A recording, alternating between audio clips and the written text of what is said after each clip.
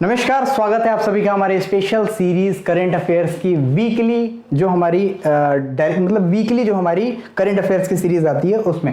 ठीक है, वीकली हम लोग क्या पढ़ते हैं, पहले तो हम लोग पढ़ लेते हैं डेली अपने करंट अफेयर्स को और उसके बाद वीकली हम लोग रिवीजन करते हैं। तो ये रिवीजन का ही एक सीरीज है आपका, जिसमें आपके जितने करंट अफेयर्स के टॉपिक्स हैं उसको आप बड़ी आसानी से बड़ी ज़्यादा कंटेंट्स को क्या कर सकते हैं, रिकवर कर सकते हैं और अच्छे से पढ़ सकते हैं। चलिए पहले क्वेश्चन से शुरू करेंगे, आखिरी क्वेश्चन तक चलेंगे और आज आपके लिए मैं 50 क्वेश्चंस की पूरी सीरीज लेकर के आया हूं। तो हमारे साथ बने रहिए, जो क्वेश्चंस आपसे पूछे जाएं उन क्वेश्चंस का आप आंसर देने की कोशिश कीजिए।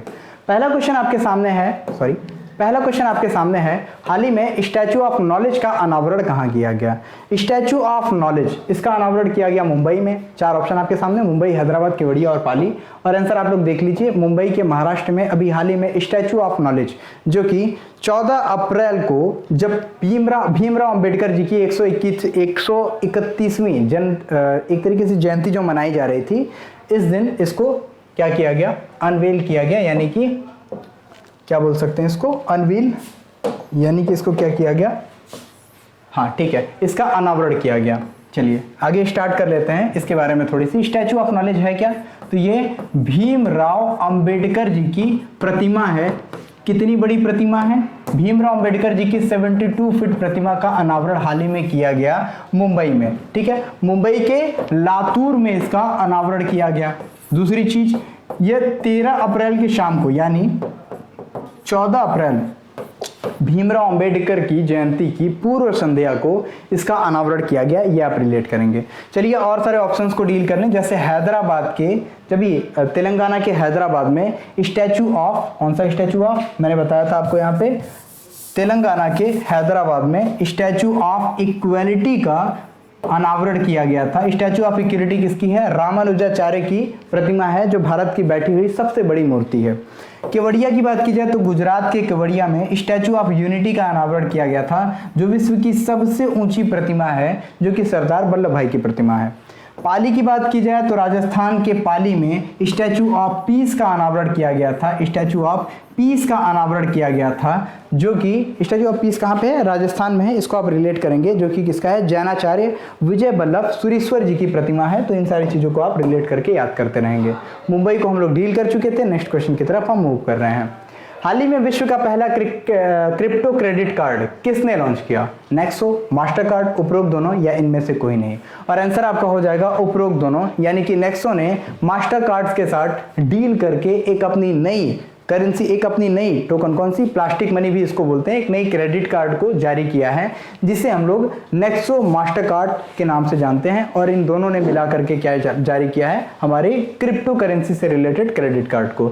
इसके जरिए क्रिप्टो करेंसी की लेन देन की जा सकेगी। क्रिप्टो करेंसी होती क्या है? तो एक तरह की एल्गोरिदम के फॉर्म में कंप्यूटर पर उपलब्ध रहती है और ये ब्लॉकचेन टेक्नोलॉजी को फॉलो करती है। ऐसी करेंसी जिसको हम लोग डिजिटल करेंसी के रूप में जानते हैं, ये होती है बिटकॉइन। हाल ही में 2023 पुरुष हॉकी विश्व कप के लोगो का अनावरण किस राज्य के मुख्यमंत्री ने किया? तो हाल ही में हमारे जो ओडिशा के मुख्यमंत्री नवीन पटनायक हैं, इन्होंने 2023 पुरुष हॉकी विश्व कप के लोगो का अनावरण किया। इसके बारे में हम लोग थोड़ी सी चीजें जान लेंगे। ओडिशा में होने वाला है FIH, यानी कि इंटरनेशनल हॉकी फेडरेशन जिसे हम लोग बोलते हैं। इसकी 2023 का जो वर्ल्ड कप होने वाला है, ये कहाँ पे? ओडिशा में होने वाला है। 2 जगहों पे, क्योंकि स्पॉन्सर भी ओडिशा है हॉकी का भारत में, और 2 जगहों पे, एक है आपका भुवनेश्वर के कलिंगा स्टेडियम, और इसी के साथ आपका दूसरा स्टेडियम आ जाता है राउरकेला का बीजू पटनायक स्टेडियम। कौन सा? बीजू पटनायक स्टेडियम। इन दोनों स्टेडियम्स में क्या होने वाला है? हमारा 2023 का वर्ल्ड कप ऑफ जो हॉकी का वर्ल्ड कप है, ये होने वाला है। तो इसको आप रिलेट करेंगे। चलिए नेक्स्ट क्वेश्चन की तरफ मूव करते हैं। हाल ही में प्रधानमंत्री नरेंद्र मोदी के द्वारा भगवान हनुमान जी की 108 फीट ऊंची प्रतिमा का अनावरण कहाँ किया गया?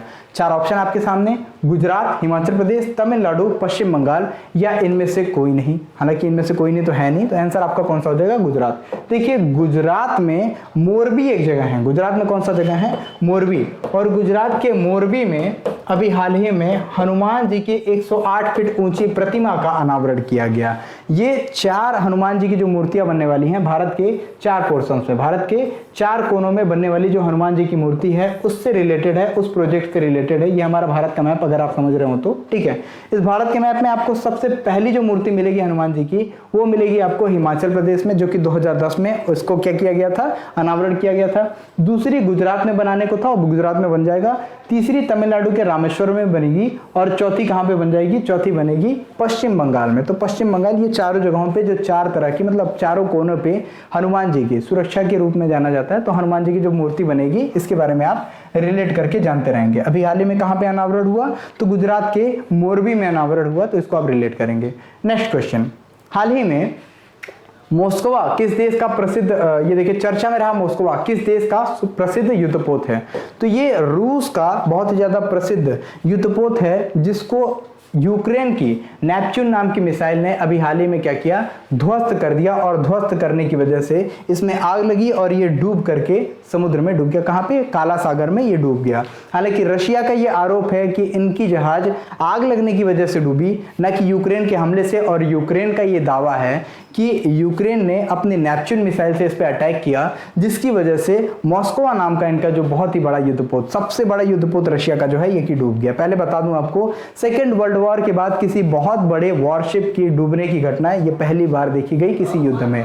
इससे पहले अभी एक खर्ग नाम का ओमान की खाड़ी में ईरान का एक जहाज था, सबसे बड़ा वॉरशिप, उनका खर्ग नाम का इनका सबसे बड़ा वॉरशिप था, ये भी डूब गया था, बट आग लगने की वजह से किसी लड़ाई के दौरान नहीं डूबा था। चलिए नेक्स्ट क्वेश्चन की बात करते हैं। इससे पहले मैं बता दूं आपको, मॉस्को के से रिलेटेड एक नदी है, देख लीजिएगा। मॉस्कोवा एक नदी है, कहां की नदी, ये है आपकी रशिया की नदी है, रूस की नदी मॉस्कोवा है, इसी के नाम पे मॉस्को इनके कैपिटल का नाम भी किया गया है। ये है आपका रशिया, ये आपकी ये जो आपकी बाल्टिक सी नहीं, ये आपका काला सागर है, जिसे हम लोग ब्लैक सी के नाम से जानते हैं। और यहीं पे इनकी जो मॉस्कोवा नाम का सबसे बड़ा वॉरशिप था, इस पे अटैक हुआ, जिसकी वजह से वो डूब गया। नेक्स्ट क्वेश्चन है कि इस देश ने हाल ही में एक नई लेजर मिसाइल रक्षा प्रणाली आयरन बीम का सफलतापूर्वक परीक्षण किया है। द इंडियन एक्सप्रेस की फर्स्ट पेज पे छपने वाला न्यूज, और इसका आंसर कौन सा है, इजराइल। देखिए इजराइल ने अभी हाल ही में अपनी एक रक्षा प्रणाली को विकसित किया है, जिसे हम आयरन बीम के नाम से जानते हैं। हालांकि इनके ऊपर अटैक किया जा रहा था, उस अटैक के विरोध में इन्होंने अटैक किया एक ऐसी लेजर टेक्नोलॉजी जो कि बाहर से आने वाली किसी भी मिसाइल को हवा में ही मार सकती है। लेजर टेक्नोलॉजी पे बेस है, गामा किरणें इसमें से निकलती हैं जो कि बहुत ही ज्यादा खतरनाक होती हैं। सफलतापूर्वक परीक्षण भी किया है, इसका यूज भी किया है और दिखा दिया पूरी दुनिया को कि इसके पास पावर टेक्नोलॉजी के मामले में बहुत ज्यादा है। देखिए थोड़ा सा हम लोग देखेंगे इजराइल के बारे में। इजराइल जो कि सिर्फ 96 लाख की पॉपुलेशन वाला एक देश है, इस तरीके से दिखाई देता है। अभी अल अक्सा मस्जिद की वजह से भी चर्चा में आया था। अल अक्सा मस्जिद पर भी मुस्लिमों के विरोध में हो रहे, यहाँ पर एक तरह की मतलब विरोध यहाँ पे दर्ज किया गया था। अल अक्सा मस्जिद पे भी किसी तरह के विरोध देखे गए।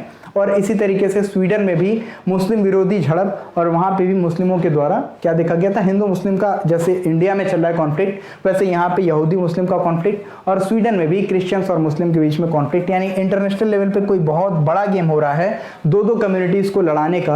हालांकि यहाँ कोई दोषी नहीं किसी को कह सकता है, लेकिन इसमें यह कहा जा सकता है कि कोई बहुत बड़ा गेम इंटरनेशनल लेवल पे टेररिज्म की आड़ लेकर के खेल रहा है, और दूसरी कम्युनिटीज को बदनाम करके आपस में दो कम्युनिटीज को लड़ाने की साजिश चल रही है। इसको हम लोग थोड़ा सा मान सकते हैं। चर्चा में रहा नेपच्यून मिसाइल सिस्टम किस देश से संबंधित है, इसको हम लोगों ने अभी डील किया। यूक्रेन की नेपच्यून नाम की जो मिसाइल है, इसने हाल ही में अटैक किया था किसको, मॉस्कोवा नाम की सबसे बड़ी वॉरशिप जो कि रशिया की वॉरशिप है। इसके बारे में हम लोगों ने देखा था। यूक्रेन आपके सामने है, जो कि 1991 में अलग होता है रशिया से, यानी यूएसएसआर से अलग होता है। 15 देश अलग होते हैं, उसमें से एक यूक्रेन भी है। अगर यूरोप में सबसे बड़ी दूसरी कंट्री के नाम में बात की जाए क्षेत्रफल के मामले में, तो ये आपका यूक्रेन आ जाता है। ये क्षेत्र क्रीमिया है, जिसको कि 2014 में रशिया ने कब्जा कर लिया था, और इसके बाद यूक्रेन ने अपनी सैन्य ताकत को बढ़ाना स्टार्ट किया, और इसी में हड़बड़ी में नेपच्यून मिसाइल का इसने क्या किया था, निर्माण किया था 2014 में, जिसका प्रयोग अभी हाल ही में किया गया 2022 में रशिया यूक्रेन वॉर में। ये आ जाता है आपका लुहांस्क, और ये आपका डोनेट्स्क। तो लुहांस्क और डोनेट्स्क, जिसको हम लोग डोनबास रीजन कहते हैं, इसको कवर करके रशिया ने आजाद घोषित कर दिया है। राजधानी कीव पे अटैक करने तो आ ही रहा था रशिया, लेकिन अभी तक अटैक नहीं कर पाया, और बेलारूस भी इसकी पूरी तरीके से सहायता कर रहा है। जिन सारी चीजों को हम लोग आगे के क्वेश्चन में देखेंगे। आइए नेक्स्ट क्वेश्चन देखते हैं। हाल ही में रोंगाली बिहू जिसे बोहाग बिहू के नाम से भी जानते हैं, ये किस राज्य में मनाया गया? देखिए बिहू जो है 3-4 तरह के होते हैं, ये कहाँ पे? असम में मनाया जाने वाला त्यौहार है। और इसी बिहू की बात की जाए तो अभी हाल ही में रोंगाली बिहू नाम का त्यौहार जो कि असम में सेलिब्रेट किया गया। इसके बारे में हम लोग और ज़्यादा जाने तो अभी माघ बिहू, वैशाख बिहू जिसे बोहाग बिहू के नाम से जानते हैं, काटी बिहू जो कि कार्तिक बिहू के नाम से जाना जाता है, इतने कई सारे 3 तरह के बिहू इनके मनाए जाते हैं। बिहू इनकी फेस्टिवल भी है। बिहू क्या है? असम की नृत्य में भी आता है, तो इसको आप रिलेट करेंगे। असम के बारे में बस थोड़ी चीज जानेंगे। असम, मेघालय, त्रिपुरा एंड मिजोरम ये आपके 6 शेड्यूल में आने वाले स्टेट्स हैं। 6ठी अनुसूची के राज्य कहे जाते हैं 6 शेड्यूल। कई बार पूछने वाला क्वेश्चन है, तो कई बार मैं आपको ये रिलेट भी करा देता हूं। चलिए नेक्स्ट क्वेश्चन की तरफ हम मूव करते हैं। कुष्ठ रोग हेतु अंतर्राष्ट्रीय गांधी पुरस्कार 2021 से किसे या फिर किन्हें जो है सम्मानित किया गया? तो आपका आंसर है डॉक्टर भूषण कुमार, कुष्ठ यज्ञ ट्रस्ट, उपरोक्त दोनों या इनमें से कोई नहीं। तो देखिए उपरोक्त दोनों। अगर पर्सनल कैटेगरी में यानी व्यक्तिगत कैटेगरी में देखा जाए तो डॉक्टर भूषण कुमार जो चंडीगढ़ के डॉक्टर हैं इनको, और कुष्ठ यज्ञ ट्रस्ट जिसको कि अगर बोला जाए संस्थागत कैटेगरी यानी इंस्टीट्यूशनल कैटेगरी में कहा जाए तो कुष्ठ यज्ञ ट्रस्ट जो कि गुजरात से रिलेटेड है, इन दोनों लोगों को अंतर्राष्ट्रीय गांधी पुरस्कार 2021 से हाल ही में सम्मानित किया गया। Next question, street child cricket world cup 2023 की मेजबानी किस देश के द्वारा की जाएगी? भारत, ऑस्ट्रेलिया, ब्रिटेन या फ्रांस? और आंसर है आपका भारत। देखिए भारत जो है ये होस्ट करेगा 2023 की क्रिकेट वर्ल्ड कप 2023, ठीक है, जो कि street child cricket world cup से रिलेटेड है। आइए नेक्स्ट क्वेश्चन की तरफ मूव करते हैं। नेक्स्ट क्वेश्चन है हमारा, just wait for a minute. Okay, युवाओं और पूर्व सैनिकों के लिए हिम प्रहरी योजना किस राज्य से संबंधित है? उत्तराखंड, हिमाचल प्रदेश, पंजाब या हरियाणा? और रिलेट करेंगे, ये उत्तराखंड की एक स्कीम है जिसमें हिम प्रहरी योजना के बारे में बताया गया है। इसमें होगा क्या? इसमें बॉर्डर एरियाज में जो बहुत तेजी से पलायन चल रहा है, अक्सर घाटियों में अक्सर ये देखते हैं कि बॉर्डर एरियाज में अक्सर अटैक्स होते हैं, बाहर से कभी आतंकवादी आ जाते हैं, कभी किसी भी तरीके की प्रॉब्लम सिविलियंस को होती है, तो वहां से पलायन बहुत तेजी से होता है।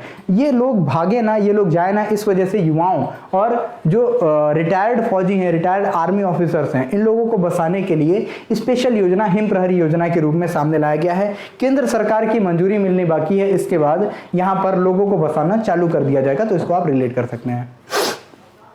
उत्तराखंड के बारे में हम लोगों ने डील किया। उत्तराखंड की 2 कैपिटल हैं, एक है आपकी देहरादून, दूसरी ग्रीष्मकालीन कैपिटल अभी हाल ही में बनाएगी जिसे हम लोग गैरसैंण के नाम से जानते हैं। रिलेट कर लेंगे।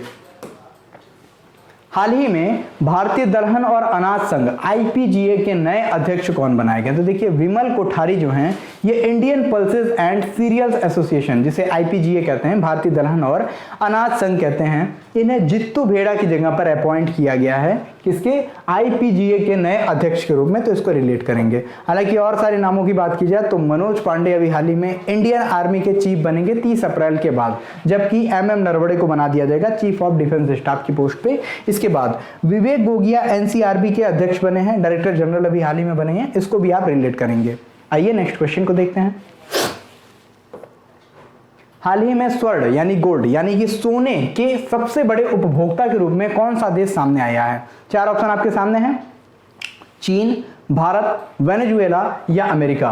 And the answer will be China. देखिए चाइना जो है सोने के सबसे बड़े उत्पादक के रूप में भी और सोने के सबसे बड़े उपभोक्ता के रूप में भी प्रेजेंट टाइम में सामने आया है। चाइना की कैपिटल बीजिंग है, राष्ट्रपति शी जिनपिंग है, और अभी चाइना में विंटर ओलंपिक्स हुआ जिसमें नॉर्वे फर्स्ट नंबर पे आया था। इसको आप रिलेट करके याद करते रहेंगे। चाइना तीसरे नंबर पे आया था।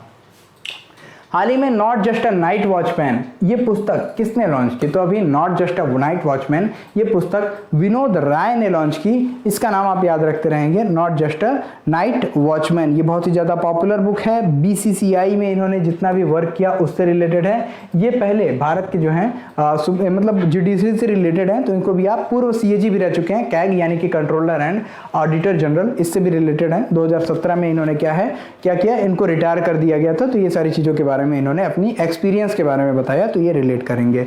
अभी रघुराम राजन की कौन सी बुक आई थी? रघुराम राजन की एक बुक आई थी जिसे हम लोग द थर्ड पिलर के नाम से जानते हैं। अरुंधति राय की एक बुक आई थी, बहुत ज्यादा फेमस हुई थी, जिसे आजादी के नाम से जानते हैं। रस्किन बॉन्ड की एक बुक आई थी जिसे हम लोग how to become a writer के नाम से जानते हैं। तो ये तीनों बुक्स के नाम भी आप लोग रिलेट करेंगे। अगर आप नोट कर रहे हो तो जरूर नोट कीजिएगा, बहुत ही ज्यादा इंपॉर्टेंट ये सारे क्लासेस आपके लिए होते हैं। भारत के पहले स्किल इंडिया इंटरनेशनल सेंटर की स्थापना कहाँ की जाएगी? चार ऑप्शन आपके सामने हैं, गुजरात, तेलंगाना, ओडिशा या तमिलनाडु। और आंसर आपका हो जाएगा, देखिए भारत के पहले स्किल इंडिया इंटरनेशनल सेंटर का आयोजन किया जाएगा ओडिशा में। ओडिशा आपके सामने मैप में दिखाई दे रहा होगा, ये जो कोस्टल सीमा आपको दिखाई दे रही है भुवनेश्वर लिखा हुआ, ये है हमारा ओडिशा, जिसको किसी समय में हम लोग कलिंग के नाम से भी जानते थे। इसका अगर राष्ट्रगान में देखा जाए तो उत्कल नाम से इसे हम लोग जानते हैं। और उत्कल दिवस हाल ही में 1 अप्रैल को मनाया गया। इन चीजों को आप लोग अगर रिलेट कर सकें तो समझ सकते हैं। कुशल कार्यबल के लिए विदेशी अवसरों को बढ़ावा देने के लिए युवा प्रशिक्षण प्रदान करना, ये इसका पूरी तरीके से मोटो, पूरी तरीके से एम है, ताकि यहाँ पे स्किल इंडिया इंटरनेशनल सेंटर की स्थापना की जाए। ये सारी चीजें। ओडिशा की बात की जाए तो इसकी कैपिटल है भुवनेश्वर, और FIH की जो हॉकी इंटरनेशनल वर्ल्ड कप होने वाली है वो भी यहीं के आपके भुवनेश्वर और राउरकेला के स्टेडियम में होने वाली है। अभी हम लोगों ने रिलेट किया था। ओडिशा का ही व्हीलर द्वीप है। कौन सा द्वीप है? व्हीलर द्वीप है ओडिशा का, जिसे हम लोग किस नाम से जान रहे हैं? अब इसे हम लोग APJ अब्दुल कलाम द्वीप के नाम से जान रहे हैं। ओडिशा का ही केंद्रपाड़ा जिला है, जहां पे मगरमच्छों की 3 प्रजाति पाई जाती है। ओडिशा से रिलेटेड जितने फैक्ट हैं ध्यान में रखते रहेंगे, जैसे नवीन पटनायक यहाँ के चीफ मिनिस्टर हैं, गणेशी लाल यहाँ के राज्यपाल हैं, ये सारी चीजें आप रिलेट करते रहेंगे। हाल ही में NHPC के द्वारा किस राज्य में ग्रीन हाइड्रोजन प्रोजेक्ट विकसित करने की घोषणा की गई है? तो हिमाचल प्रदेश, लद्दाख, गुजरात या राजस्थान। और आंसर आपका कौन सा हो जाएगा? National hydro electric power corporation. National hydro electric power corporation ने हिमाचल प्रदेश में घोषणा की है अपनी ग्रीन हाइड्रोजन प्रोजेक्ट को विकसित करने का। ग्रीन हाइड्रोजन प्रोजेक्ट में क्या होगा? तो हाइड्रोजन की मैन्युफैक्चरिंग, हाइड्रोजन की वजह से जो नवीकरणीय ऊर्जा यानी जो रिन्यूएबल एनर्जी सोर्सेज हैं उसकी खोज की जाएगी, और इसके बेस पे इलेक्ट्रिसिटी जनरेशन और जितनी पावर होंगी उनका काम यहाँ पे किया जाएगा। तो हिमाचल प्रदेश आप ध्यान में रखते रहेंगे, जिसकी कैपिटल है शिमला। हिमाचल प्रदेश कैपिटल क्या हो जाएगी इसकी? हिमाचल प्रदेश की कैपिटल है आपकी शिमला, और चीफ मिनिस्टर जयराम ठाकुर हैं प्रेजेंट टाइम में, और राजेंद्र विश्वनाथ अर्लेकर यहाँ के राज्यपाल हैं। हिमाचल प्रदेश का ही काजा एक स्थान पड़ जाता है जहां पे विश्व की सबसे ऊंची ई-व्हीकल चार्जिंग स्टेशन हाल ही में बनाई गई। हिमाचल प्रदेश का ही एक एरिया पड़ जाता है जिसे हम लोग लाहौल स्पीति के नाम से जानते हैं। लाहौल स्पीति में अभी हाल ही में हींग की खेती को मंजूरी प्रदान की गई। लाहौल स्पीति में ही अभी हाल ही में भारत का स्नो मैराथन आयोजन किया गया था। ये सारी चीजें आप हिमाचल प्रदेश से रिलेट करके याद करते रहेंगे। नेक्स्ट क्वेश्चन की तरफ हम मूव करते हैं। वेट, हाँ, हाल ही में हिमाचल प्रदेश स्थापना दिवस कब मनाया गया? ये बहुत ही ज्यादा इंपॉर्टेंट क्वेश्चन है। 15 अप्रैल को अभी हाल ही में क्या मनाया गया? हिमाचल प्रदेश की स्थापना दिवस। इसी तरह 1 अप्रैल को क्या मनाया गया? 1 अप्रैल को मनाया गया था हमारा उत्कल दिवस यानी ओडिशा की स्थापना दिवस। इसी तरीके से आप रिलेट कर सकते हैं हमारा बिहार दिवस कब मनाया गया था? तो बिहार दिवस, अब बिहार दिवस मैं चाहूंगा कि आप लोग कमेंट सेक्शन में बताएं, क्योंकि बिहार दिवस वही टाइम है जब 1912 यानी 1912 में बंगाल का विभाजन किया गया था, और बंगाल विभाजन में बिहार अलग हो गया था, ओडिशा अलग हो गया था, पश्चिम बंगाल को अलग कर दिया गया था, और असम को अलग प्रांत बना दिया गया था, बांग्लादेश एक अलग बना दिया गया था। ये सारे पार्ट मिलाकर के एक बड़े बिहार, एक बड़े हमारे बंगाल का एक तरीके से स्ट्रक्चर बनाते थे।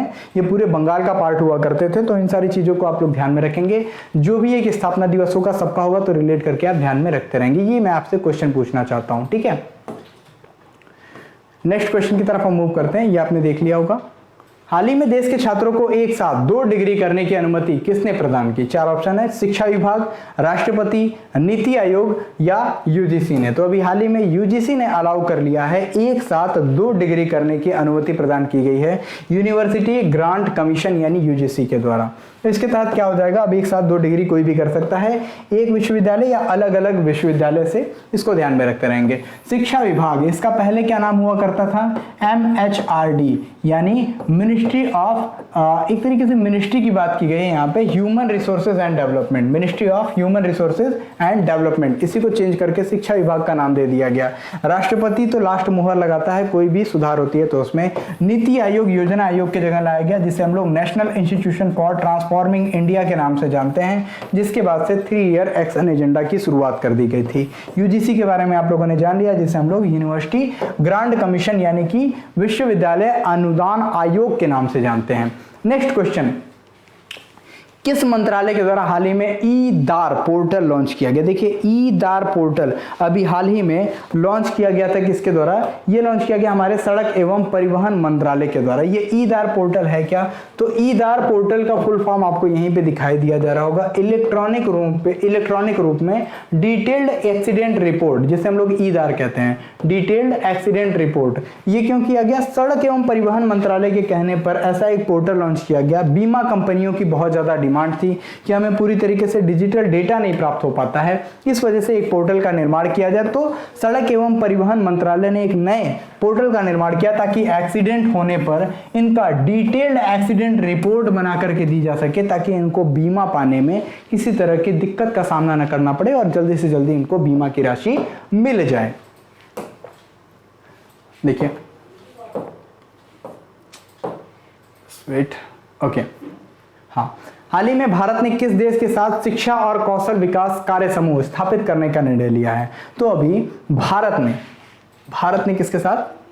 Wait for a minute, Bharat ने अमेरिका के साथ मिलकर के शिक्षा और कौशल विकास कार्य समूह स्थापित करने का निर्णय लिया है। इसके तहत होगा क्या? तो भारत और अमेरिका मिलकर के शिक्षा में कौशल यानी कि जो स्किल डेवलपमेंट की बात की जाए, इन सारी चीज़ों को आगे बढ़ाएंगे और इसके बाद से जो है मतलब यहाँ पे शिक्षा वगैरह की डेवलपमेंट बहुत अच्छी हो जाएगी, क्योंकि शिक्षा के मामले में यूनाइटेड स्टेट्स को माना जाता है टॉप पे चल रहा है प्रेजेंट टाइम में।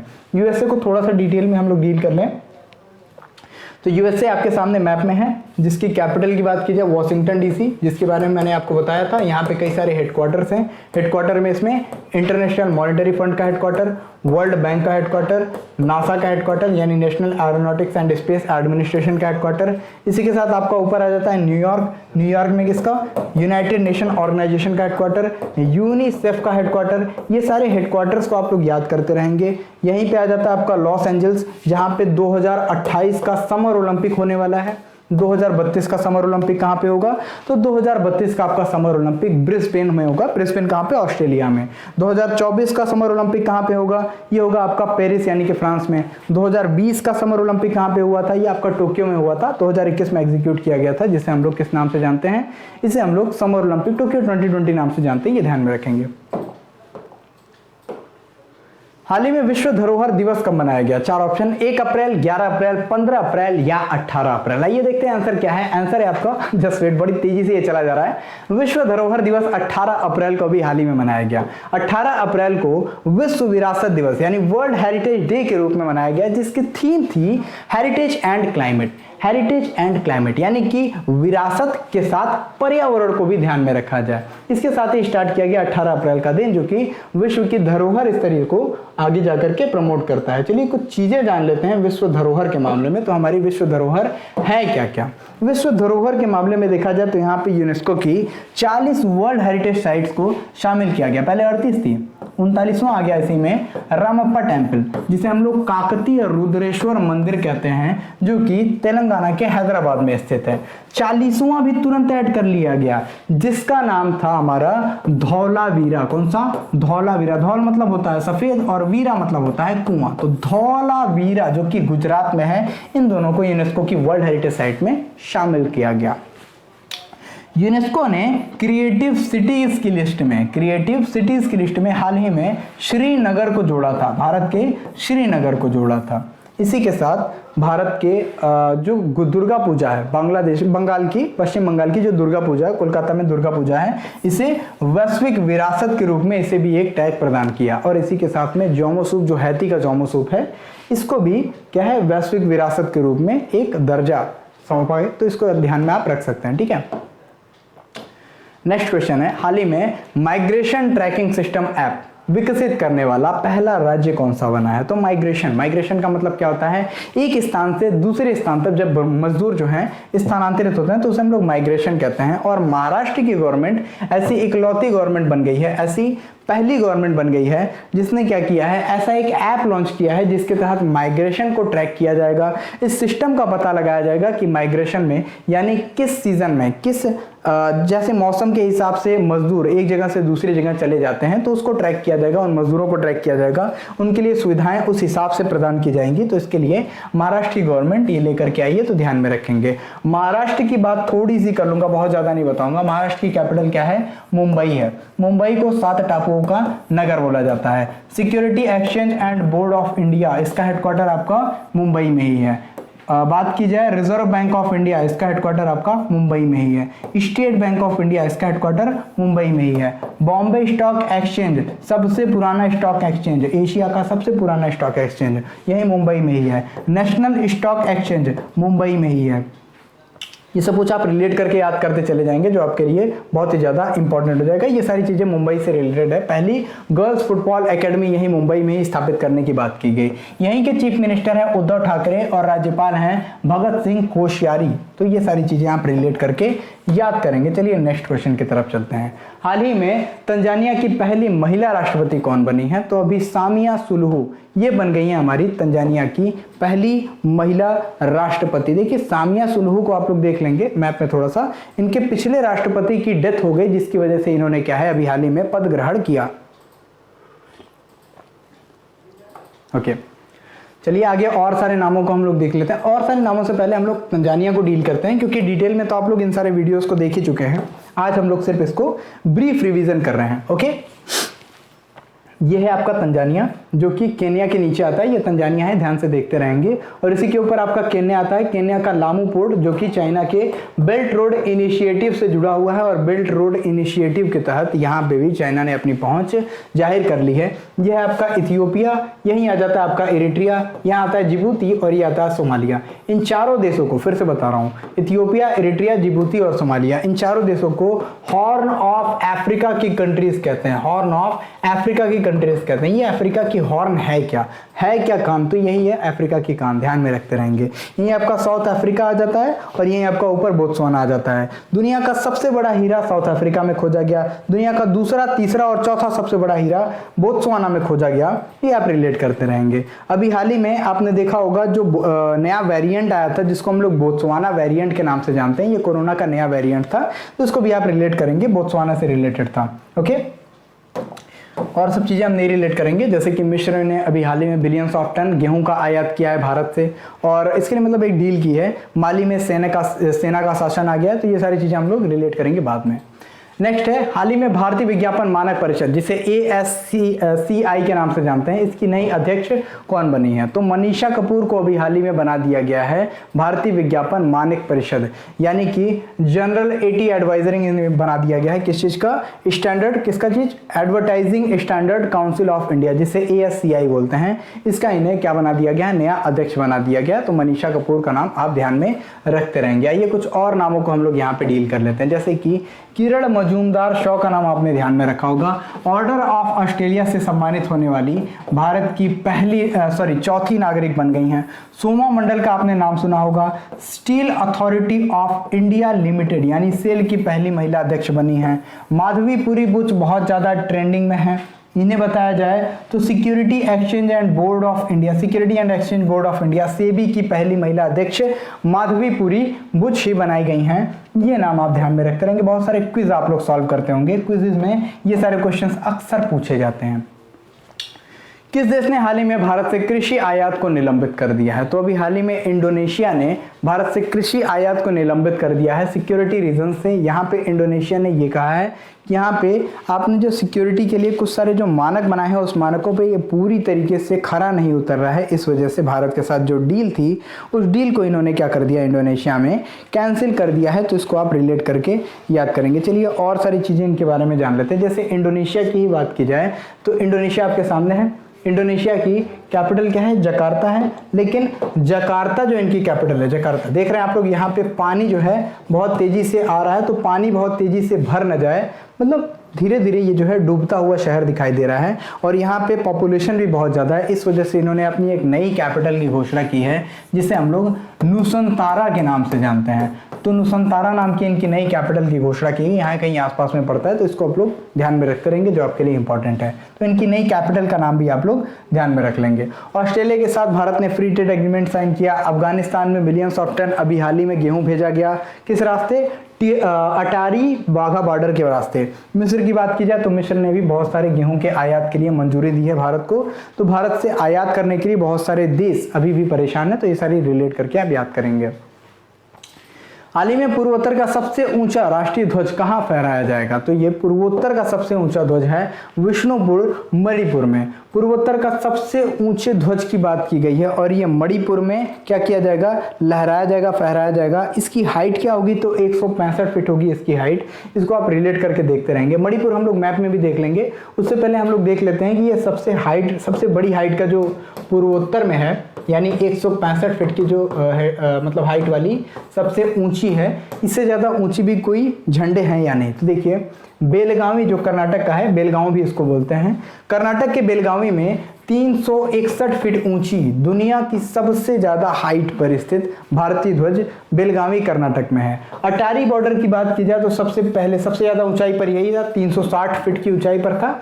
इसी को रिकॉर्ड को तोड़ते हुए बेलगावी ने 361 फीट की ऊंचाई पर लगा दिया। ठीक है, जैसलमेर राजस्थान में बात की जाए तो ऊंचाई छोड़ दीजिए, सबसे बड़ा विश्व का सबसे बड़ा राष्ट्रीय ध्वज यानी कि भारतीय झंडा अगर कहीं पे लगा तो ये जैसलमेर राजस्थान में लगा, जो कि खादी से बना हुआ था। ध्यान में रखिए, यहाँ ऊंचा की बात नहीं हो रही है, यहाँ बड़ा की बात हो रही है। मतलब इतने दूर बड़ा, मतलब इतना बड़े दूरी तक फैला दिया गया कि इसको देखेंगे कि तो आदमी छोटे छोटे दिखेंगे। ओके, चलिए मणिपुर को भी डील कर ही लेते हैं। यह है आपके सामने मणिपुर। तो मणिपुर के बारे में बस थोड़ी सी चीज बताऊंगा, बहुत ज्यादा इंपॉर्टेंट नहीं, थोड़ा सा इंपॉर्टेंट है, उसको हम लोग बताते चलें। जैसे कि आपके सामने 4 राज्य आते हैं, अरुणाचल प्रदेश, नागालैंड, मणिपुर और मिजोरम। ये चारों राज्य सीमा साझा करते हैं म्यांमार से। इस वजह से यहाँ पे इनर लाइन परमिट का कॉन्सेप्ट लागू है, यानी कि यहाँ जाने के लिए यहाँ की लोकल गवर्नमेंट से परमिशन लेना पड़ता है, ताकि यहाँ की जितने भी आदिवासी जनजातियां हैं उनको किसी प्रकार की प्रॉब्लम को सामना ना करना पड़े।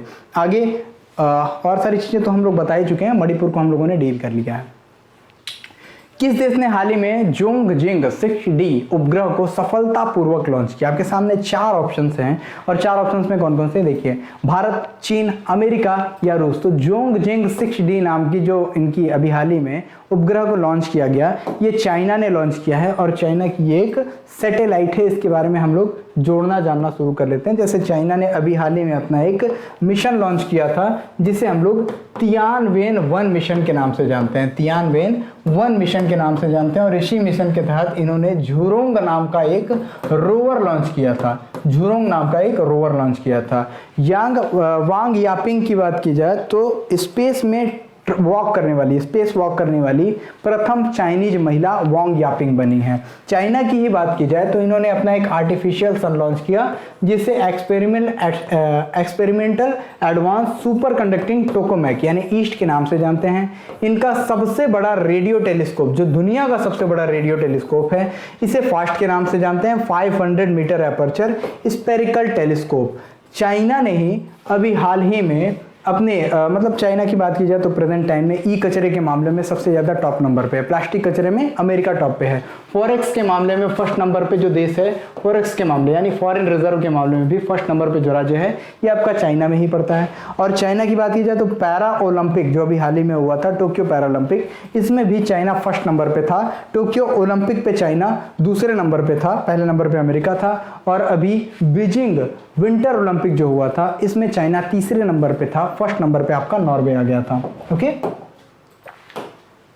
हाल ही में 20वीं फ्रांस संयुक्त स्टाफ वार्ता कहाँ आयोजित की गई? तो पेरिस यानी कि फ्रांस की कैपिटल में अभी हाल ही में 20वीं भारत फ्रांस संयुक्त वार्ता, स्टाफ वार्ता आयोजित की गई। और इसमें जो है, पहले आप फ्रांस के बारे में देख लीजिए। फ्रांस वही देश है जिसने COP21 में भारत का साथ दिया था।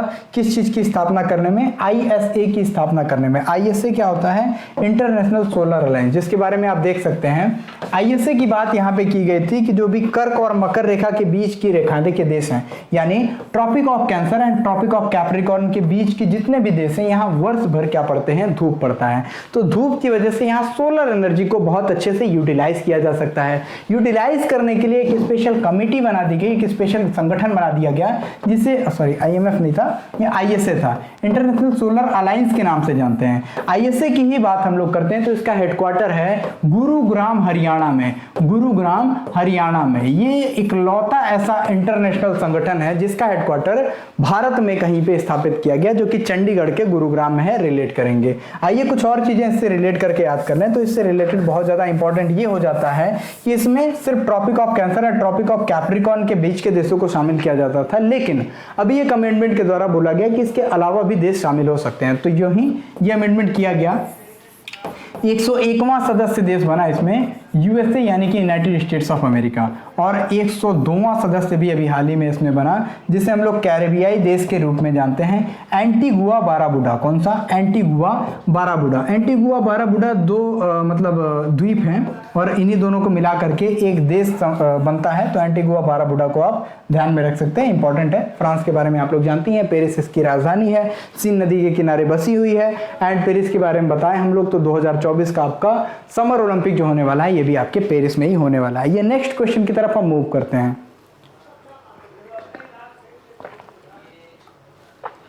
हाल ही में प्रधानमंत्री नरेंद्र मोदी के द्वारा WHO global centre for traditional medicine की आधारशिला कहां रखी गई?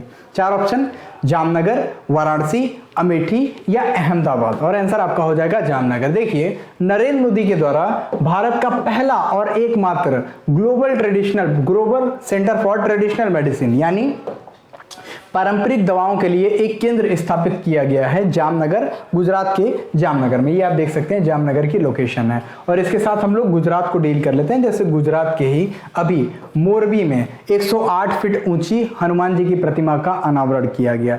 यहीं का गिर नेशनल पार्क है जिसे हम लोग एशियाटिक लायंस की वजह से बहुत ज्यादा फेमस मानते हैं, एशियाई शेरों के लिए पॉपुलर है। यहीं पे आपका नर्मदा जिला पड़ता है जहाँ के केवड़िया में सबसे ऊंची, विश्व की सबसे ऊंची प्रतिमा का अनावरण किया गया। स्टैच्यू ऑफ यूनिटी के नाम से जानते हैं, सरदार वल्लभ भाई पटेल की प्रतिमा है। अहमदाबाद में दुनिया का सबसे बड़ा क्रिकेट स्टेडियम जिसे नरेंद्र मोदी क्रिकेट स्टेडियम के नाम से जानते हैं। गांधीनगर में अभी रेलवे स्टेशन के ऊपर बनने वाला 5 स्टार होटल पहला ऐसा रेलवे स्टेशन है, इसको रिलेट करेंगे। यहाँ पे बात कर लेते हैं कक्षा ऑफ रन ऑफ कक्ष यानी कक्ष के रन में एनटीपीसी ने सबसे बड़ा क्या है, सबसे बड़ा हाइड्रोजन पावर प्लांट स्थापित करने, सोलर पार्क स्थापित करने की जो है घोषणा की है। रिलेट करेंगे।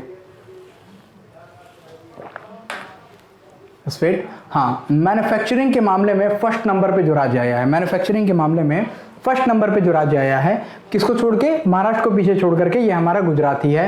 एफडीआई के मामले में भी फर्स्ट नंबर पे है, फॉरेन डायरेक्ट इन्वेस्टमेंट के मामले में भी हमारा गुजरात फर्स्ट पे है, ध्यान में रखेंगे। हाल ही में ई नाम राष्ट्रीय कृषि बाजार ने कितने वर्ष पूरे किए हैं? ई नाम का मतलब क्या है? National agriculture market. तो ई नाम इलेक्ट्रॉनिक नाम राष्ट्रीय कृषि बाजार ने अभी हाल ही में पूरे कर लिए हैं 6 वर्ष, और इसके ही 6 वर्ष पूरा करने पे प्रधानमंत्री ने देश को संबोधित भी किया था। तो इसको आप लोग रिलेट करेंगे। कृषि फसलों के ऑनलाइन व्यापार को बढ़ाने के लिए 14 अप्रैल 2016 को इसकी स्टार्टिंग की गई थी, जिसके तहत जितने भी एग्रो प्रोडक्ट हैं, जितने भी कृषि उत्पाद हैं, उनकी जांच करके उनको ऑनलाइन परचेजिंग और सेलिंग का काम भी किया जाता है। रिलेट करके याद कर सकते हैं आप लोग। नेक्स्ट क्वेश्चन है, हाल ही में यूएन चाइनीज भाषा दिवस कब मनाया गया? देखिए, यूनाइटेड नेशंस जो है चाइनीज भाषा दिवस 20 अप्रैल को मनाया गया, और 20 अप्रैल को यूनाइटेड नेशन चाइनीज भाषा मनाने के पीछे की एक पौराणिक कथा है जिसे हम लोग रिलेट कर सकते हैं कंगी जी से। कंगी जी एक चाइनीज पौराणिक कथा के एक पात्र हैं जिनको माना जाता है कि 5000 वर्ष पूर्व इन्होंने चाइनीज भाषा की निर्माण किया था। कंगी जी हैं, कंगी जी, ठीक है, कंगी जी नहीं, कंगी जी, ठीक है। तो कंगी जी ने क्या किया? 5000 वर्ष पूर्व चाइनीज पौराणिक मान्यता के अनुसार चाइनीज भाषा का जो है, चाइनीज स्क्रिप्ट का जो है, इसकी खोज की थी। इसके लिए इनके चाइनीज भाषा दिवस मनाई जाती है 20 अप्रैल को। और सारे डेट्स हम लोग रिलेट कर चुके हैं, चाइना के बारे में हम लोग बहुत कुछ जान चुके हैं पहले ही। आगे,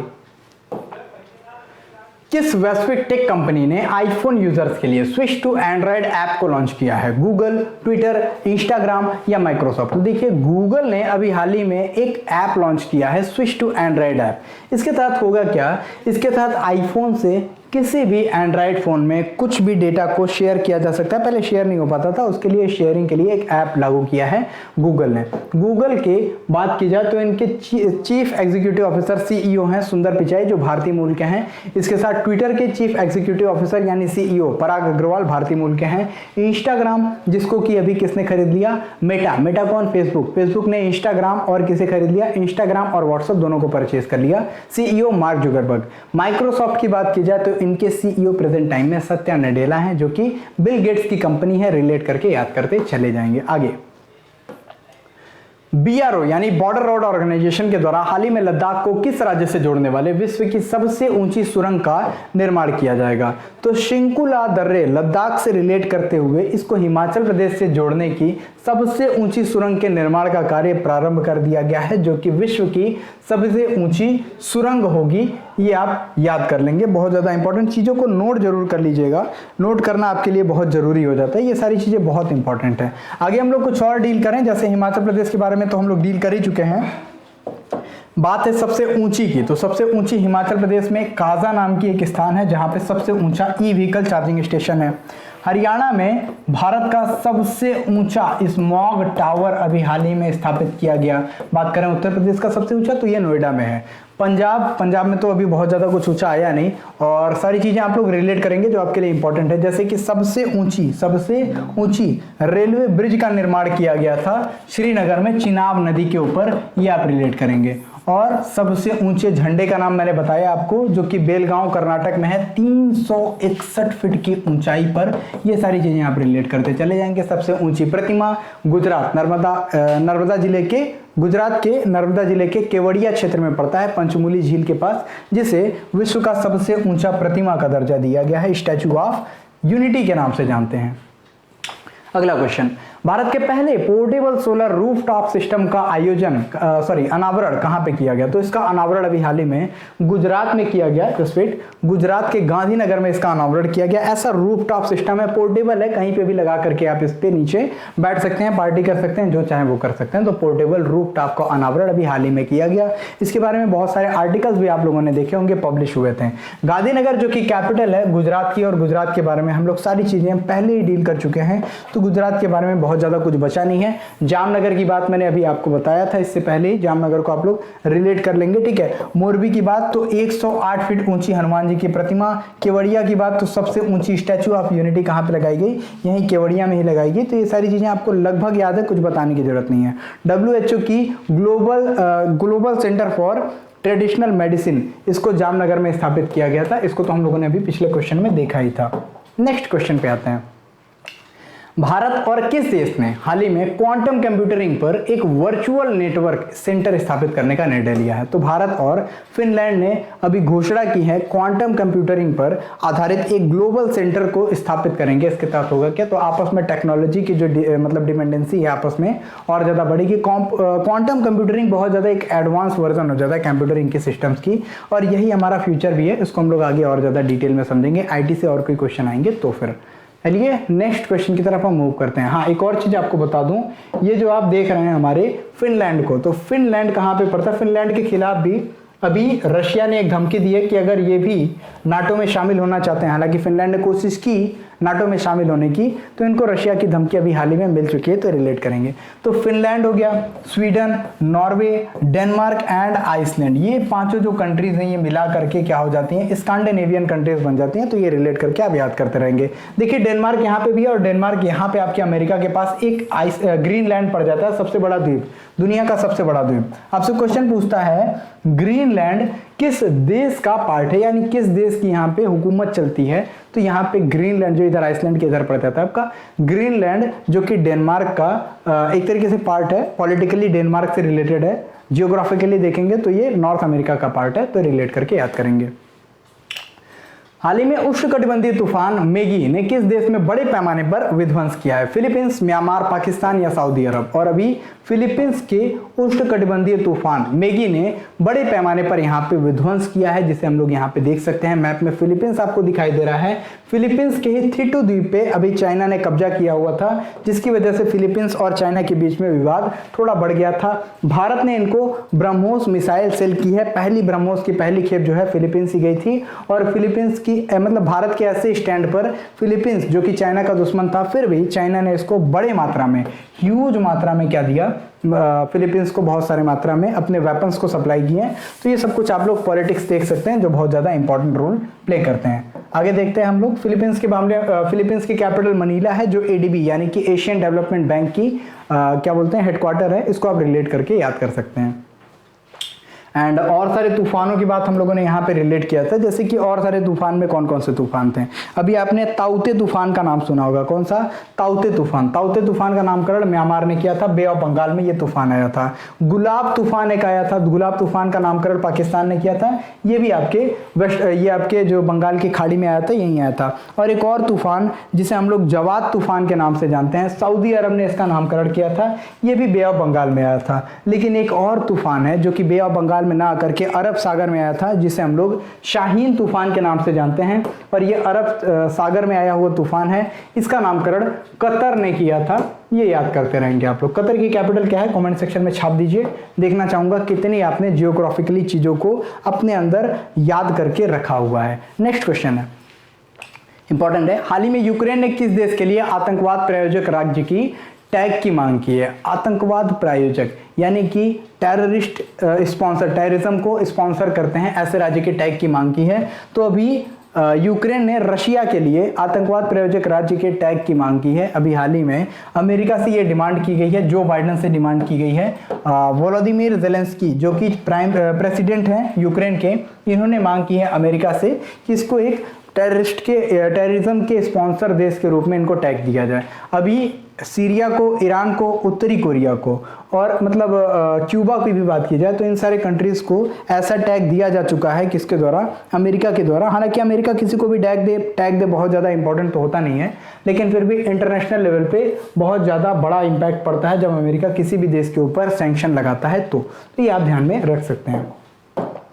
यूक्रेन के बारे में कैपिटल इसकी कीव है। अभी रशिया और यूक्रेन की कॉन्फ्लिक्ट चल रही है, बहुत कुछ हम लोगों ने देख लिया। हाल ही में भारतीय सेना की त्रिशक्ति कोर ने कृपाण शक्ति एक्सरसाइज का आयोजन कहां किया है। महाराष्ट्र, पश्चिम बंगाल, उत्तराखंड या उड़ीसा। और आंसर हो जाएगा आपका पश्चिम बंगाल। देखिए पश्चिम बंगाल में अभी हाल ही में कृपाण शक्ति अभ्यास का आयोजन किया गया। अभी मतलब इंटरनल एक्सरसाइज है ये, भारत के मतलब अंदर की जो मतलब सैन्य शक्तियां हैं उनके बीच में ये की हुई एक एक्सरसाइज है, तो इसको आप लोग रिलेट करेंगे। अभी पश्चिम बंगाल के सिलीगुड़ी कॉरिडोर के पास तीस्ता फील्ड एक एरिया पड़ जाता है, तीस्ता फील्ड फायरिंग रेंज है, वहां पे इसका आयोजन किया गया। ये है हमारा सिलीगुड़ी कॉरिडोर, ये है हमारा सिलीगुड़ी कॉरिडोर, जिसको हम लोग चिकन नेक कॉरिडोर के नाम से भी जानते हैं। बहुत ज्यादा इंपॉर्टेंट है क्योंकि एक साइड से नेपाल, एक साइड से बांग्लादेश, और दोनों के बीच में बहुत ही पतला सा एरिया है और इसको हमेशा चाइना अलग करने की कोशिश करता रहता है। तो ये एरिया हमारे लिए बहुत ज्यादा इंपॉर्टेंट है। आर्मी बेस इसी वजह से यहाँ हमेशा तैनात किए जाते हैं, तो ये आप लोग ध्यान में रख सकते हैं। ठीक है, पश्चिम बंगाल की कैपिटल है आपकी कोलकाता, जो कि हुगली नदी के किनारे बसी हुई है। चीफ मिनिस्टर यहाँ पे ममता बनर्जी हैं, तृणमूल कांग्रेस से रिलेटेड हैं, और राज्यपाल यहाँ पे जगदीप धनखड़ हैं। रिलेट करके आप याद करते रहेंगे। यहीं की दुर्गा पूजा को अभी हाल ही में यूनेस्को ने वैश्विक विरासत के रूप में टैग प्रदान किया था। आइए, हाल ही में भारतीय वायुसेना ने सुखोई लड़ाकू विमान से किस मिसाइल का सफल परीक्षण किया है। तो देखिए ब्रह्मोस मिसाइल का सफल परीक्षण कर दिया गया है सुखोई विमान से। बहुत ज्यादा कुछ इसमें जानना नहीं है ब्रह्मोस के बारे में, बस इतना बताऊंगा कि इसे रशिया और इंडिया ने मिल करके डेवलप किया था। ब्रह्मोस मिसाइल भारत की ब्रह्मपुत्र नदी और रशिया की मॉस्कोवा जिसके नाम पे मॉस्को की इनकी कैपिटल है उसका नाम रखा गया, और मॉस्कोवा नाम का इनका जो सबसे बड़ा वॉरशिप था यानी युद्धपोत था, उसको भी अभी हाल ही में नेपच्यून नाम की यूक्रेनी मिसाइल ने ध्वस्त कर दिया। तो ये सारी चीजें रिलेट करते रहेंगे, तो ब्रह्मोस को आप याद रखेंगे। अगर के सीरीज की मिसाइल का नाम याद रखा जाए, के सीरीज यानी कि कलाम सीरीज, कलाम ने कुछ मिसाइल्स को डेवलप करने के लिए कहा था, तो के सीरीज की मिसाइल को हम लोग ऐसे याद कर सकते हैं, पृथ्वी, अग्नि, त्रिशूल, नाग और आकाश, जिसे हम लोग पटना कह के हम लोगों ने याद किया था। पृथ्वी, अग्नि, त्रिशूल, नाग, आकाश, ऐसे आप रिलेट करेंगे हमारे मिसाइल्स को। ओके, किस राज्य सरकार ने हाल ही में मेटावर्स पर अपना स्पेस टेक फ्रेमवर्क लॉन्च किया है। तो अभी हाल ही में तेलंगाना ने मेटावर्स पर अपना स्पेस टेक फ्रेमवर्क लॉन्च किया। देखिए मेटावर्स पर स्पेस टेक फ्रेमवर्क लॉन्च किया का मतलब क्या है, इन्होंने अपना एक फ्रेमवर्क लॉन्च किया है जो कि मेटावर्स पर आधारित है। मेटा मतलब क्या होता है, परे, वर्स मतलब सोच, यानी सोच के भी परे जो होता है, सोच के परे जो दुनिया है उसके बेस पर, उस मतलब इंफ्रास्ट्रक्चर पर, उस फ्रेमवर्क पर इन्होंने अपना क्या है स्पेस टेक फ्रेमवर्क लॉन्च किया है। स्पेस से रिलेटेड जो भी इंफॉर्मेशन वगैरह है इस तरीके से इन्होंने लॉन्च किया। तो ये थोड़ी सी नई चीज़ हो जाती है टेक्नोलॉजी के मामले में। तेलंगाना आपके सामने है 2014 में एक नया राज्य बन करके, जून 2014 में ये एक नया राज्य बन करके सामने आता है। आंध्र प्रदेश से अलग होता है। हैदराबाद इसकी कैपिटल है, जो कि स्टैचू ऑफ इक्वालिटी के लिए फेमस है। स्टैचू ऑफ इक्वालिटी, जो कि रामानुजाचार्य की बैठी हुई प्रतिमा, दुनिया की सबसे बड़ी भारत की सबसे बड़ी बैठी हुई प्रतिमा है, ध्यान में रखते रहेंगे। ये हैदराबाद ही है, तेलंगाना की कैपिटल हैदराबाद ही है, जिसको कि अभी हाल ही में रामप्पा मंदिर की वजह से जाना गया। रामप्पा, जिसको कि काकतीय रुद्रेश्वर मंदिर के नाम से जानते हैं, और इसे ही यूनेस्को की वर्ल्ड हेरिटेज साइट में 39वां, भारत का 39वां यूनेस्को की वर्ल्ड हेरिटेज साइट में शामिल किया गया। 40वां धौलावीरा था। ओके, तेलंगाना को हम लोग और डील करें तो यहाँ के चंद्रशेखर राव यहाँ के चीफ मिनिस्टर है। तमिलसाई सौंदरराजन, जो कि पुडुचेरी के भी राज्यपाल हैं, यहाँ के भी ये राज्यपाल हैं। और तेलंगाना से रिलेटेड और सारे फैक्ट्स को हम लोग बाद में डील करेंगे। हम लोग डेली तो डील करते हैं, जैसे कोणार्क मंदिर, लिंगराज मंदिर, और फिर उसके बाद से आपका रामप्पा मंदिर हो जाता है। तो इससे मतलब रिलेटेड जितने भी सारी चीज़ें याद करते रहेंगे। अभी यहीं की जस्टिस हैं हिमा कोहली, जो कि हाईकोर्ट की भारतीय किसी हाईकोर्ट की पहली महिला चीफ जस्टिस बनी है। इसको रिलेट करेंगे। पहली महिला नहीं, मतलब इकलौती महिला, पहली महिला दूसरी बनी हुई, ठीक है। इकलौती महिला चीफ जस्टिस प्रेजेंट टाइम में है। प्रोजेक्ट 75 के तहत हाल ही में लॉन्च की गई 6वीं और अंतिम पनडुब्बी का नाम क्या है? तो इसका नाम है वागशीर। देखिए, रिलेट करके याद करते रहेंगे। प्रोजेक्ट 75 इसको स्टार्ट किया गया था कोझिकोड, मतलब एक रिलेट करेंगे नाम आप, मझगांव डॉक शिपयार्ड बिल्डर्स के द्वारा जलावतरण अभी हाल ही में किया गया। सैंडफिश के नाम पर इसका नाम रखा गया है। कौन सा? वागशीर नाम की। इनकी जो INS वागशीर है, इसको हाल ही में जलावतरण किया गया। ये प्रोजेक्ट 75 है क्या? तो आज़ादी के 75 वर्ष पूरे होने वाले हैं। तो 75 वर्ष जो अभी 15 अगस्त को पूरे हो जाएंगे, तो 75वीं वर्षगांठ जब भारत मनाएगा अपनी आज़ादी के, उसी से रिलेटेड प्रोजेक्ट 75 था। और तब तक 6 सबमरीन्स को लॉन्च करना था। किस लेवल की? तो इसे हम लोग बोलते हैं स्कॉर्पियन क्लास सबमरीन्स। तो 6 जो है स्कॉर्पियन पनडुब्बियों को लॉन्च करना था, जिसमें से एक हो जाता है आपका करंज, दूसरा हो जाता है आपका कलवरी, तीसरी हो जाती है आपकी खंडेरी, चौथी हो जाती है आपकी वेला, INS वेला, छठवीं हो जाती है आपकी INS वागीर, और पांचवी हो जाती है वागीर, और छठवीं हो जाती है वागशीर। फिर से याद कर लेते हैं, करंज, कलवरी, खंडेरी, ये हो जाता है आपका INS वेला, जिसको हाल ही में लॉन्च किया गया था। फिर INS वागीर, फिर INS वागीर के बाद INS वागशीर, जिसको अभी हाल ही में लॉन्च किया गया। तो ये छठों के नाम याद आप करते रहेंगे, इंपॉर्टेंट है। हाल ही में पाकिस्तान दौरा करने आए इल्हान उमर किस देश की कांग्रेस वुमेन यानी MP है? देखिए, कांग्रेस बोला जाता है अमेरिका की पार्लियामेंट को, और वहीं के जितने भी MPs होते हैं, मेंबर ऑफ पार्लियामेंट होते हैं, उनको कांग्रेसमैन या कांग्रेस वुमेन बोला जाता है। यहीं के कांग्रेस वुमेन है इल्हान उमर, जो कि अभी हाल ही में USA की तरफ, मतलब USA की ये MP हैं, जो कि आई थी कहाँ पे? पाकिस्तान दौरे पर आई थी। और पाकिस्तान दौरे के बाद इन्होंने इमरान खान से मुलाकात की, शहबाज शरीफ जो नए प्राइम मिनिस्टर हैं उनसे मुलाकात की, और इसी के साथ ये निकल गई कहाँ पे? POK यानी पाक अधिकृत कश्मीर में। और पाक अधिकृत कश्मीर में जाने के बाद इन्होंने वहाँ के एक सो कॉल्ड वहाँ के प्रेसिडेंट जो बनाया गया, सुल्तान महमूद चौधरी, नकली प्रेसिडेंट बना दिया गया वहाँ पे POK का, उनसे भी इन्होंने मुलाकात की। और इंडिया में जो मुस्लिम हिंदू हिंसा हो रही है, इसको ये विश्व स्तर पर उठाने और अमेरिका की संसद में उठाने की बात कह गई, जिसकी वजह से इनको बहुत ज्यादा क्रिटिसाइज किया गया। हालांकि बात की जाए तो ये सोमालिया से USA आई हुई हैं। इनके ऊपर बहुत सारे ब्लेम भी ट्रंप की सरकार में लगाए गए थे कि इन्होंने अपने भाई से ही शादी कर ली कि इनको अमेरिकी नागरिकता मिल सके। और ये हमेशा, इनका 2 ही काम है, एक काम है भारत और एक काम है इजराइल। भारत और इजराइल की हमेशा कड़ी शब्दों में निंदा करना, ये निंदा ही करती रहती हैं, जिस वजह से हमेशा निंदा की शिकार होती हैं।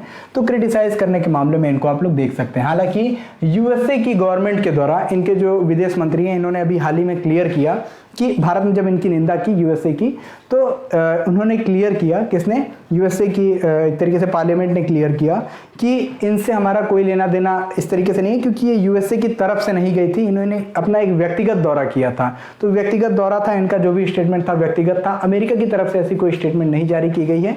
ऐसे कह करके अमेरिका की तरफ से माफी भी मांगी गई थी। रिलेट करेंगे। नेक्स्ट क्वेश्चन, 15 अगस्त 2022 तक के स्मार्ट सिटी मिशन के तहत कितने शहरों का विकास का कार्य पूरा किया जाएगा? 50, 100, 150 या 200? तो देखिए, 15 अगस्त 2022 तक 100 जो शहर हैं, भारत के 100 शहर हैं, इनके स्मार्ट सिटी बनाने का जो एक सपना था, एक टारगेट है, उसको पूरा किया जाएगा।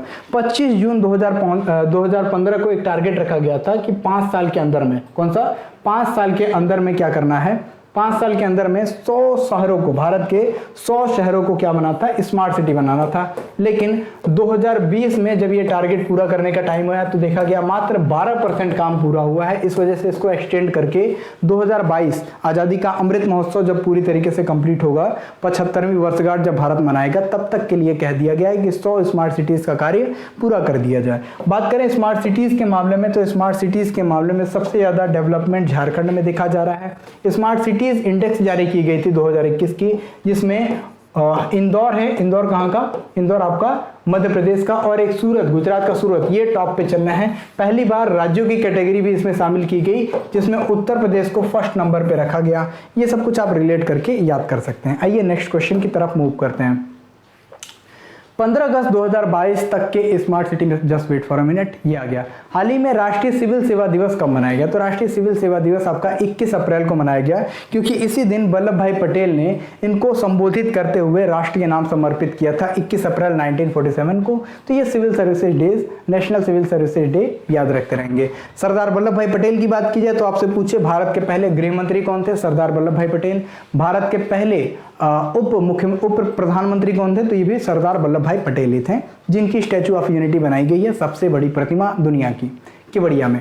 हाल ही में ओडीओपी के तहत मध्य प्रदेश के छिंदवाड़ा के संतरे को क्या नाम दिया गया, सतपुड़ा, पांढुरना, सौसर या बिछुआ। तो मध्य प्रदेश का एक संतरा है, छिंदवाड़ा में मतलब पाया जाता है, जिसे नागपुर संतरे के नाम से जाना जाता था। अब इसे सतपुड़ा संतरे के नाम से जाना जाएगा, जिस नाम से इसको वर्ल्ड लेवल पे पॉपुलर किया जाएगा। तो ये नाम आप ध्यान में रखते रहेंगे। पांढुरना, सौसर, बिछुआ जिले में इसका डिस्ट्रीब्यूशन चालू हो जाएगा। यहीं पे इन सारे 3 डिस्ट्रिक्ट्स में ये पाए जाते हैं, मध्य प्रदेश से रिलेटेड है, याद करते रहेंगे। हाल ही में कमला हैरिस के कार्यकारी सचिव तथा रक्षा सलाहकार किसे नियुक्त किया गया, प्रियंका राधाकृष्णन, प्रीति पटेल, शांति सेठी या गीता गोपीनाथ। तो आंसर हो जाएगा आपका शांति सेठी, जो कि आपके सामने है। इन्हें हाल ही में कमला हैरिस, जो कि अमेरिका की वाइस प्रेसिडेंट हैं, इनकी कार्यकारी सचिव तथा रक्षा सलाहकार के रूप में नियुक्त किया जाएगा। तो इसको आप लोग ध्यान में रखते रहेंगे, ठीक है। नेक्स्ट क्वेश्चन की तरफ हम मूव करते हैं।